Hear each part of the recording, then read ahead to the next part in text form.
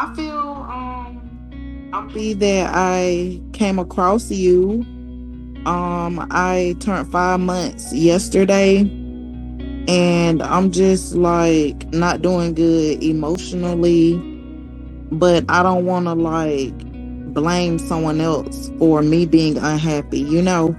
So I would rather like create the happiness that I am seeking to find so that I am being that for others. At first, I thought the downness came from being 33 and not being where I would like to be in life. But the more I elevate in life, I realize it's not about the stuff. So I know that something else is missing. I guess I have been wasting a lot of time on things that I wanted for others to feel like I was good enough to be accepted by the world because, of course, successful in America means the car, the house, the clothing, you have to look a certain way. So I chased that. I didn't want the world looking down on me. And so, B, I'm hearing you say that you did all of the things that people told you you needed to do in order to be successful. Having done it and having done it well, it doesn't feel like any of those things offered the sort of happiness that you were seeking. Am I getting that right? Yes. I'm seeing such a beautiful energy come from you because I'm seeing you have a spirit of service. I'm seeing you want to acquire a spiritual depth so that you can share it with other people, because you've already seen how joyful you can be, how much of a leader you can be when you're standing in that divine energy. But my real question is, what is going on that you feel there's a disconnection between you and the divine? In other words, I can sense that you already have within you the seeds planted to understand that the things of the world can never fulfill you. And yet there seems to still be a gap, a decision that's being made somewhere where you're choosing what makes intellectual sense rather than choosing God. Is there something to that? I guess it would be more so not growing up stable. I was always the like to be at home even as a kid, but I never had that stability. And knowing that I have the control of being stable if I work. I have a good job. I'm remote, but it's not what I thought it would be, and I've been doing this for 3 years now. I feel like just that uncertainty or being a failure or even failing my kids. I feel like my parents could have done better by us. But they say they did the best that they could. But I feel like that affects me a lot because I feel like the best that I can sometimes is not enough. So that means I need to do more to make sure it's enough. Because I'm hearing you say, I heard you say so many things, but one of the things that I heard you say is sometimes you want to do the best for your children, but sometimes your best isn't enough. And so I'm gonna have to stop you there, because we need to qualify what constitutes the best. We need to identify together what actually is the best. And so, in alignment with this question is a question about values. But before we even get there,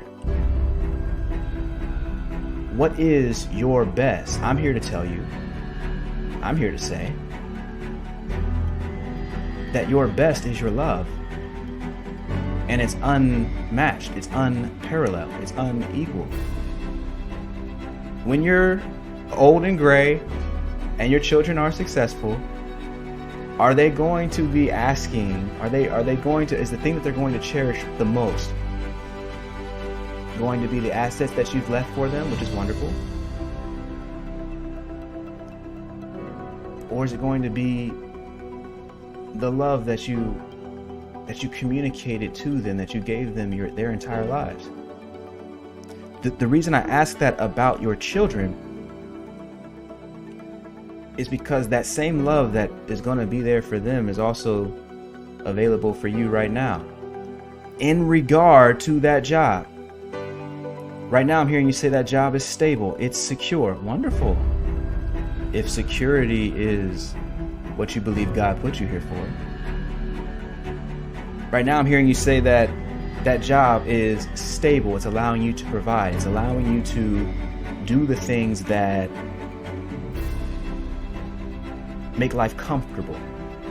That's wonderful. If comfort is what God placed you here for. But the topic of today's conversation is, what does God say in regard to your purpose? What is that purpose? What is the thing that is calling to you that you would access if you would but listen?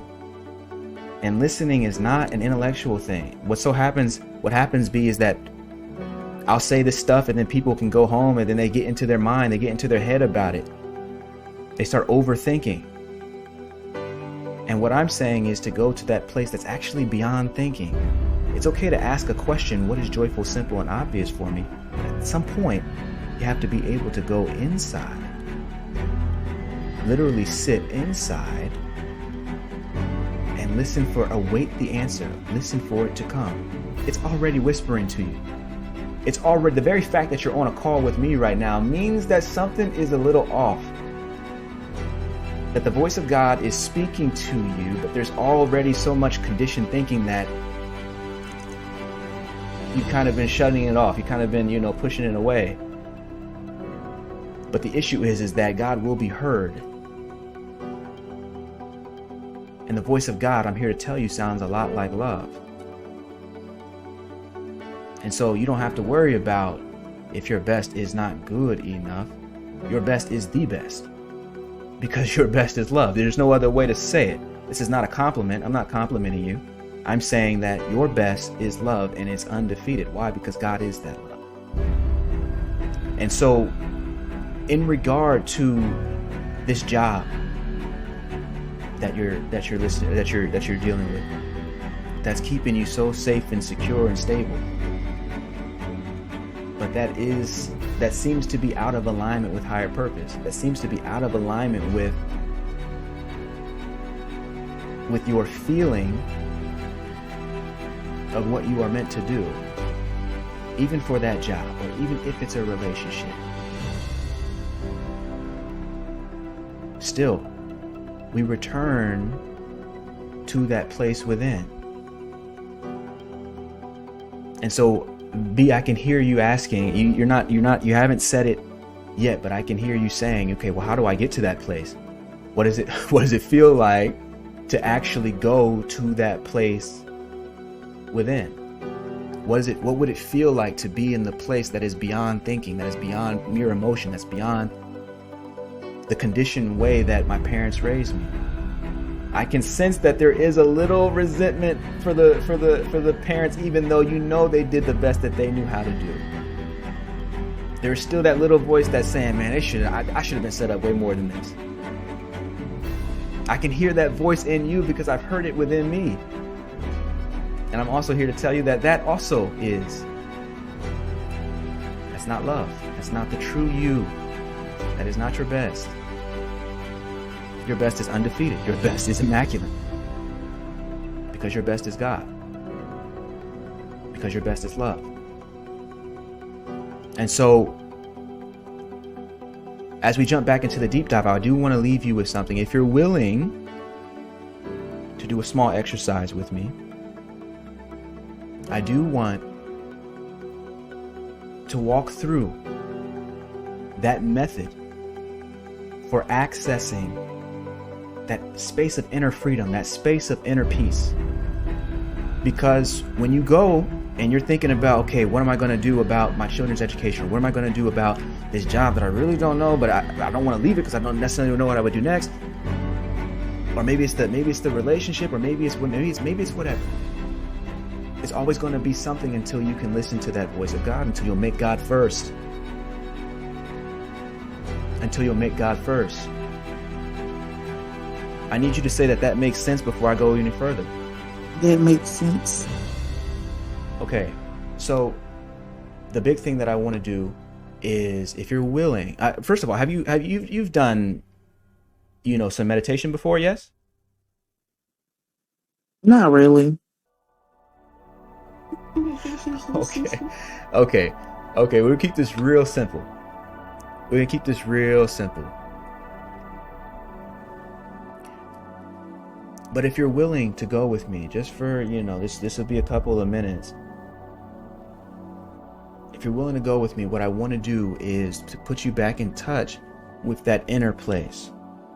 This is not what we're talking about. Is all we're going to do is make it so that you're not getting caught up in overthinking,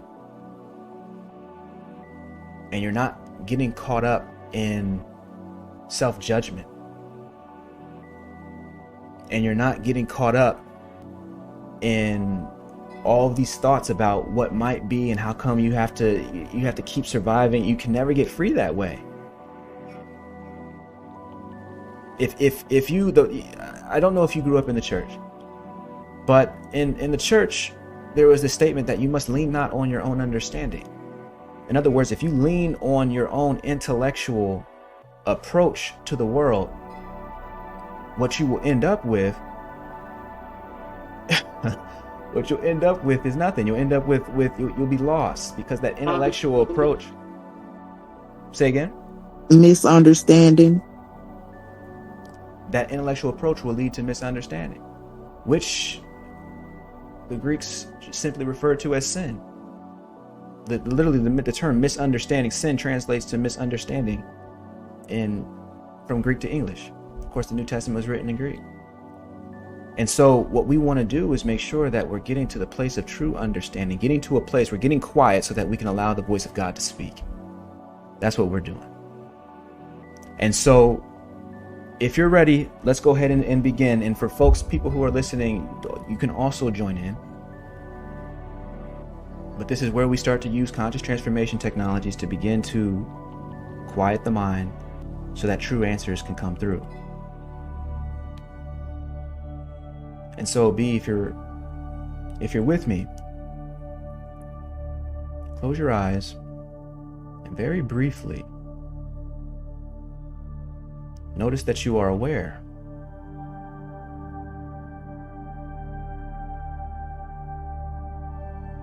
You can hear the hum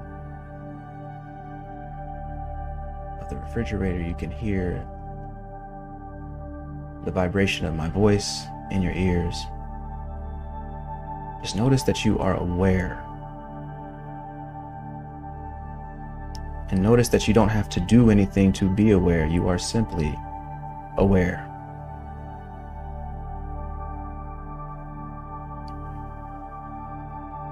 You may pay attention to the dark behind your eyes.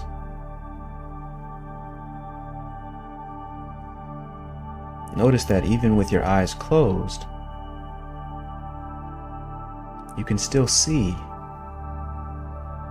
the darkness behind your eyes.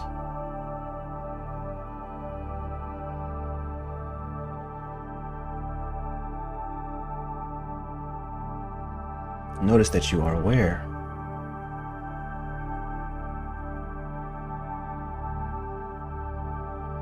There will be thoughts that appear to you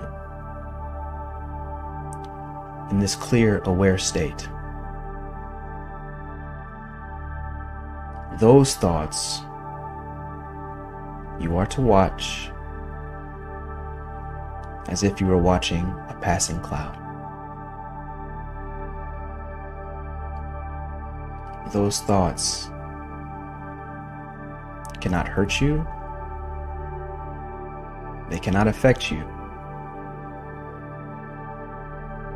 You are of God because you are aware. Notice that thoughts, they may come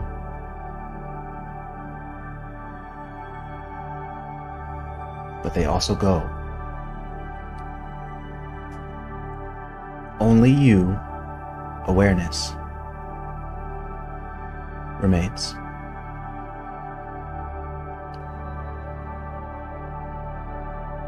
You may feel emotions, an emotion of self-judgment.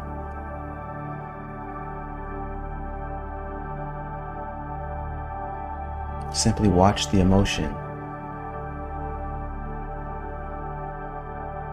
as you would watch a passing cloud.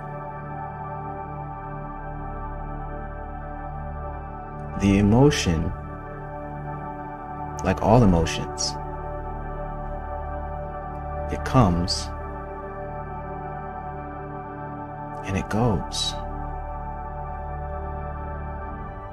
But you are of God.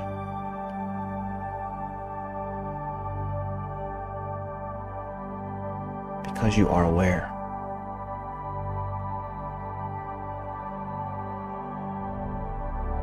In awareness, you remain after all emotion passes.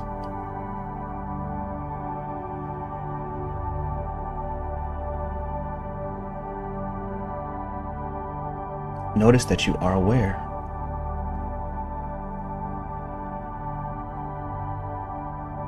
No matter what thoughts or emotions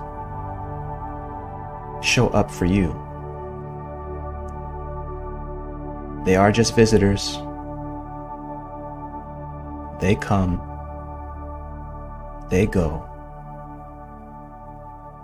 But you, who are of God, remain peacefully aware.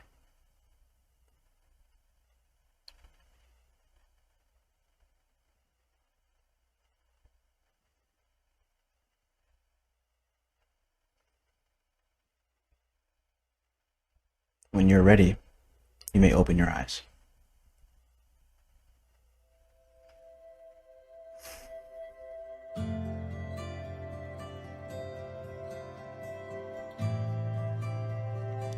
That simple exercise B is a way, and you can listen to this back anytime you need to, but that simple exercise is a way to clear out and stop giving so much belief over to thoughts and emotions. The reason that's so important is because when you're asking yourself a question about what is joyful, what would I love to do, what is simple and obvious for me right now, what would I most love to do, what is God calling me to do, you cannot answer if you're only listening to your own thoughts. The thoughts, in order to receive divine thoughts, we have to be able to create space for the divine to enter. And so when we return to that awareness, just to the fact that you're aware, you're noticing that thoughts come and go, emotions come and go, but whoever you are remains. And you can be in that silence, and you can be in that peace, and out of that, you will hear the voice of God speak. And you'll know that it's the voice of God speaking when the choice that you're thinking about feels joyful, when the choice that you're thinking about feels loving. I need to know if that's clear. If you've received it. Yes. Beautiful. So B, what I want you to do is make that a daily practice, even if you can only take 5 minutes a day. Okay. Just make it a daily practice just to get in touch. Yes, you'll still ask your question. The conscious transformation technology for today was, what is joyful, simple, and obvious for me right now? You can ask that on a minute by minute, second by second basis. There's something that's joyful, simple, and obvious for you to do right now. Maybe it's talk to me, maybe it's continue on with this live, whatever it is. But what I'm saying is you'll be able to hear what the answer is the more that you're grounding yourself in that divine awareness, that inner freedom. And so when you can ask that question and you know how to listen for the answer, now your life is able to move in directions that nobody would have been able to plan for you. And I have a feeling that you'll see that your parents, not only did they do the best that they could, but I think that you'll see that God's strength works best even in their weaknesses. The very fact that something was left out from your experience growing up becomes the very gift that allows you to give so much more to others. And so I want to say thank you so much for being brave and courageous and jumping on camera. I know you've served someone, and on their behalf, I'd like to say thank you so much, and I love you. Well, I thank you too, Dr. Shawn, and I hope that I was able to be a light for someone else, and I hope someone else was able to meditate with us and feel the lightness that I feel. So I just want to thank you, and I thank God for sending me on this path, and I thank God for allowing me to get to a place that I can listen to Him. Amen, beloved. So beautiful. It's that lightness for me, B. Before I let you go, it's that lightness for me. When you feel that lightness, that's it. Amen. That's it. That's the grace. You got it. You got it, B. Okay, beloved. I'm gonna let you off here. All right. Wow. Okay. Excellent. Put yes in the chat if you were able to get something out of that meditation as well. And my God, thank you so much, B. I'm gonna put thank you in here, just in the chat, just for B, because can't you sense the Great Spirit? Can't you sense how divinely called? She's called. She's being called to something else, something greater. And it's always growing pains. It's always, it's a little bit like, you got to eat your vegetables. Like, God is trying to get you to move to a higher level. And because we've been so comfortable at a certain place and position, sometimes we just forget how to listen. Or maybe we just, fail to remember how to listen, right?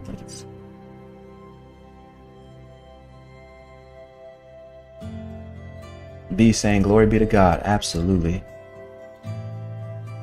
Bersil saying, amazing. I feel good. Excellent. Shango saying, yes. Dr. Kata is saying, blessing. Dee saying, praying for you, B. Praying for you. I'm saying, sending love to you, B. Sending love to you. You've got everything you need. You've got everything you need. What is joyful? What is simple? What is obvious? Listen internally for the answer. What is joyful? What is simple? What is obvious? Listen for the answer. I can't wait to hear what you come up with. Be saying, I love you all. I'm so grateful to be here tonight. I'm grateful to have you.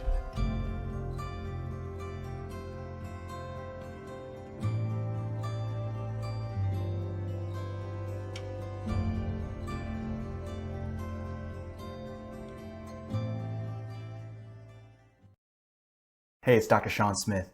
And if that message resonated with you, then be sure to watch this video. I know it will serve you.